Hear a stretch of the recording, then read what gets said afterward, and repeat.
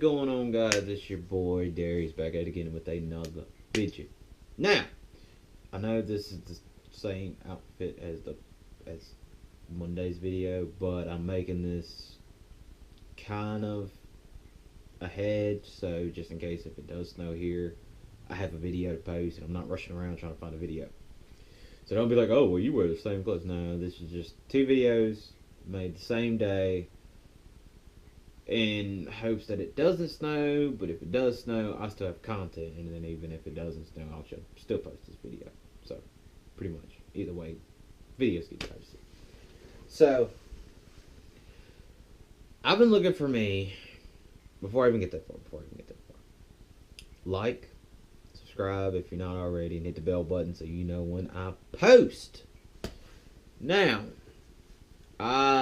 everybody knows that I have been looking for me a four-wheel drive. Now, if you know me, you're going to be like, Darius, we shouldn't get rid of your other four-wheel drive. The Nissan wasn't what I wanted anymore. I thought it was, but it wasn't. If I'd have been able to get something I actually wanted, I would have kept it, but it wasn't what I wanted anymore. So, I'm looking for me another four-wheel drive. So, if you know any, hit me up on Instagram, Facebook, anything like that, and let me know. Now, before you do that, let me tell y'all my specifications. Either a truck that's single cab or extended cab. Does not matter. I do not want a four-door, and I will get to that in just a second. Or a Jeep. Cherokee, Grand Cherokee, Wrangler. I do not want anybody's shit. I do not want anybody's project, and I do not want a rust bucket. Mileage, I don't really mind, and once again, I'll get to that in just a second. Alright. So, the reason I said I don't want a four-door is because it's going to be a daily / trail rig.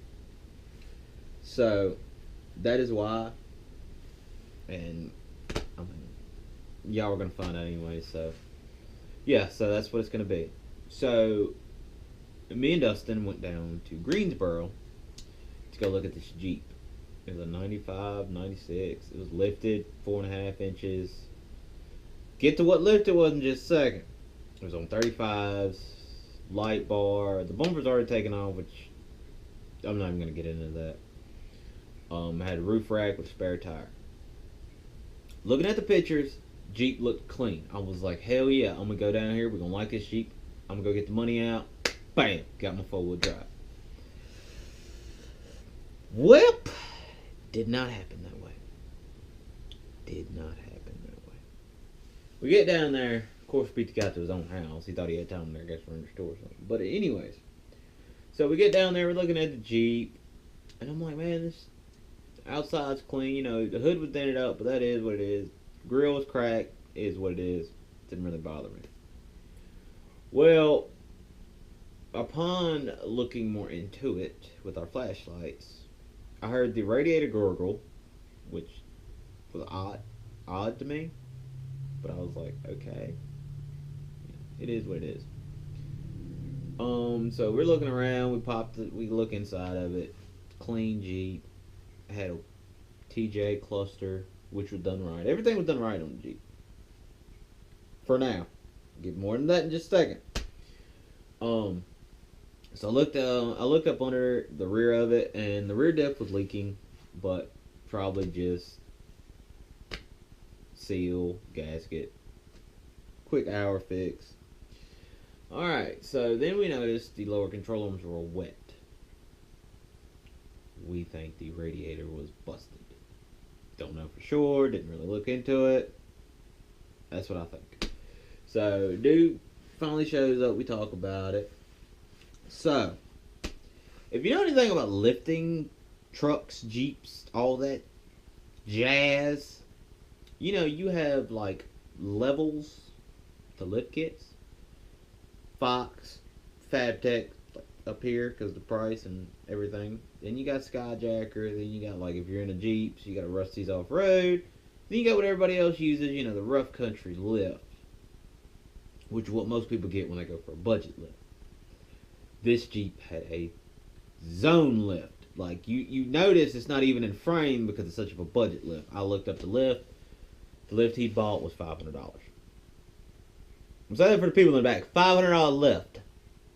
So we crank it up. It autoed funny, but I was like, okay, whatever. We pull out the homeboy's driveway. Oh, by the way, he said, oh, the alignment's a little off. You know, see that wheel's poking out a little bit? That was not the alignment. I think the ball joint was going out. Anyways, so we pull out his driveway, and we turn left, and I'm trying to go straight. Jeep emblem's here. So Jeep emblem's horizontal, you still can read it. So I start pulling to the left. So I'm like, all right, I'm going to put it to the right. So Jeep emblems goes up a little bit. Still pulling to the left. Keep going up, keep going up, keep going up. Jeep emblem was like this. And I was going straight. It's like, okay. So we're riding. I'm like, all right, you know, alignment is what it is. I'm like, it's 35, you know, it gets out of alignment. Plus, he used it as a trail rig. First indication I should not have went to go look at that. But I was like, hey, I'm using it as a trail rig. Maybe it's a good day. Maybe it'd be a good daily. I go to stop. It don't stop. I had like 50% of the pedal pushed down, and we went from doing 35 to 34 and a half. It didn't stop. So I'm like, okay, here we go. We're going to die in a Jeep. So we turn around, I back it up, because I noticed it wasn't right. Like, it wasn't pulling right. So we get going up the road. Dustin looks at me, he goes, get it up to 45, because that's the speed limit. Let's see what happens. So I'll give it about 75% throttle, 50 to 75% throttle. And we're going, and we're going, and we're going, and we're going, and we're going, and we're going, and we're going, and we finally hit 45. That Jeep was under power. I don't know what was wrong with that motor, but that Jeep was under power. So we're going, we're riding. We're going back to Dude's house because we're pretty much, at this point, we're both against this Jeep. Like, at this point, we're done. I'm not gonna buy it. I don't want it. So there was a pothole. Well, we did not see the pothole till it was too late. I went to get brakes, and I want to see if I can reenact this. See if I can do this without laughing. When we hit that pothole, it had the death wobble, so it already was wobbling, but we didn't think none of it. Steering stabilizer alignment, be alright. So I'm driving like this. And all of a sudden, the fucking Jeep just starts doing this. Like, we're shaking. Like, the whole Jeep is rattling. And we're like, Dustin's looking at me. He goes, what the fuck? I'm like, dude, I don't know what happened. I can't do the face, but I had the face of fear. I looked at the devil in his eyes. Because I thought I was going to kill us both. It shook if a baby was in the backseat, the baby would have had shaken baby syndrome. It shook the ever-living shit out of us. We was going in the road like this.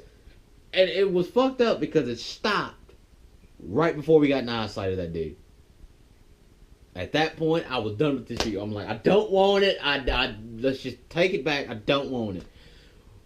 We pull in, and I'm hitting brakes, and I'm hitting brakes, and I'm hitting brakes, and I'm slowing down. I'm like, Dustin's like, are you going to stop? There's a Ford. I'm like, got it. We get out, and we talk to him. I'm like, hey, man, you know, bank don't open up to Monday. Let me think about it. That was all in like 30 seconds after parking a Jeep. Like, that is what happened this past weekend. Dustin wanted me to let y'all know that I saw the face of fear, and I lived. I might have shit myself in the process. We were scared. I thought we was going into a ditch. Like, I thought I was gonna have to buy this Jeep, put some money into it. But that is what happened when you face fear in a Jeep. You live. Sometimes. But I am out. Peace.